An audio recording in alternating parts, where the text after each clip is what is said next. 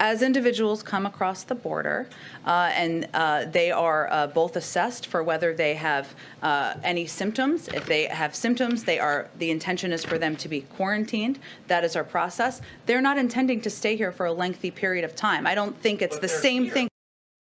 Yeah, they always leave right away. Fox News' Peter Doocy pressing the White House on the status of COVID testing for migrants as border agents grapple with more than 14,000 illegals taking shelter just under a bridge in Del Rio. Joining us now to react is Republican Texas Congressman Dan Crenshaw. Good morning to you, Congressman. Morning. Good morning. Yeah, you heard Peter Doocy asking her about that. You know, if you go over, let's say you go to Europe and you come back into the country, you have to show that you have a COVID test when you're at the airport. Yet we have all these people coming in from the southern border and they don't have to show any results. Look, the hypocrisy is really beyond the pale. And one thing that really stood out to me that Psaki said is that, well, they don't intend to stay here that long. Yeah, like everybody is trekking hundreds of miles and paying off cartels to cross our border illegally. They're not going to stay here very long. They're just day trippers. They'll be right out. Maybe just do some shopping.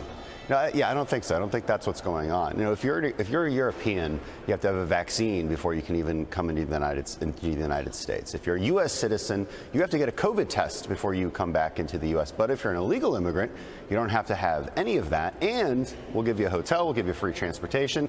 And if you're lucky, the Democrats are also trying to give you a green card and a pathway to citizenship. So it's a pretty good deal if you just skirt our laws and cut in front of the line of everybody else in the world who possibly has a valid asylum claim to our country.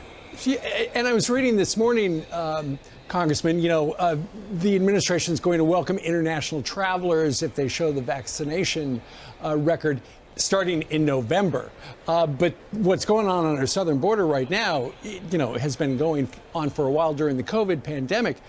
But what's interesting is all the people from Europe, we would love to have them come over because they're bringing billions of dollars in tourist money to places like New York City and your state and things like that. So we want those people over. But you're right, the double standard is just a head scratcher. Well, the irony of her statement about that, again, was the people who are actually day trippers, the short length vacationers, those are actually, you know, Europeans. Those are actually people from around the world.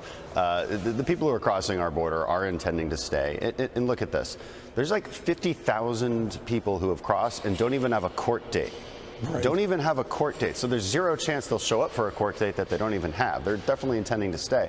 And the people who do have a court date, only about 13% have showed up for that at all. There's hundreds of thousands of people being let loose into the interior with no way to track them, no way to get them back, and no way to enforce our laws. Look, this is such a dereliction of constitutional duty that the Biden has engaged in. It's egregious. It's egregious. And it's also dangerous because guess what else is coming across the border? Hundreds and hundreds of pounds of fentanyl. Okay, human trafficking is occurring at record levels as well.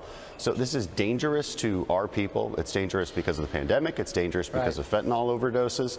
And it's blatantly unfair and immoral when considering that there's thousands of people around the world who want to come to this country. They want to do it the right way. And our system is so clogged up that they can't do it. See this poll out, Congressman, that says 56% of Texans, Hispanic Texans, have a negative view, disapproval of President Biden.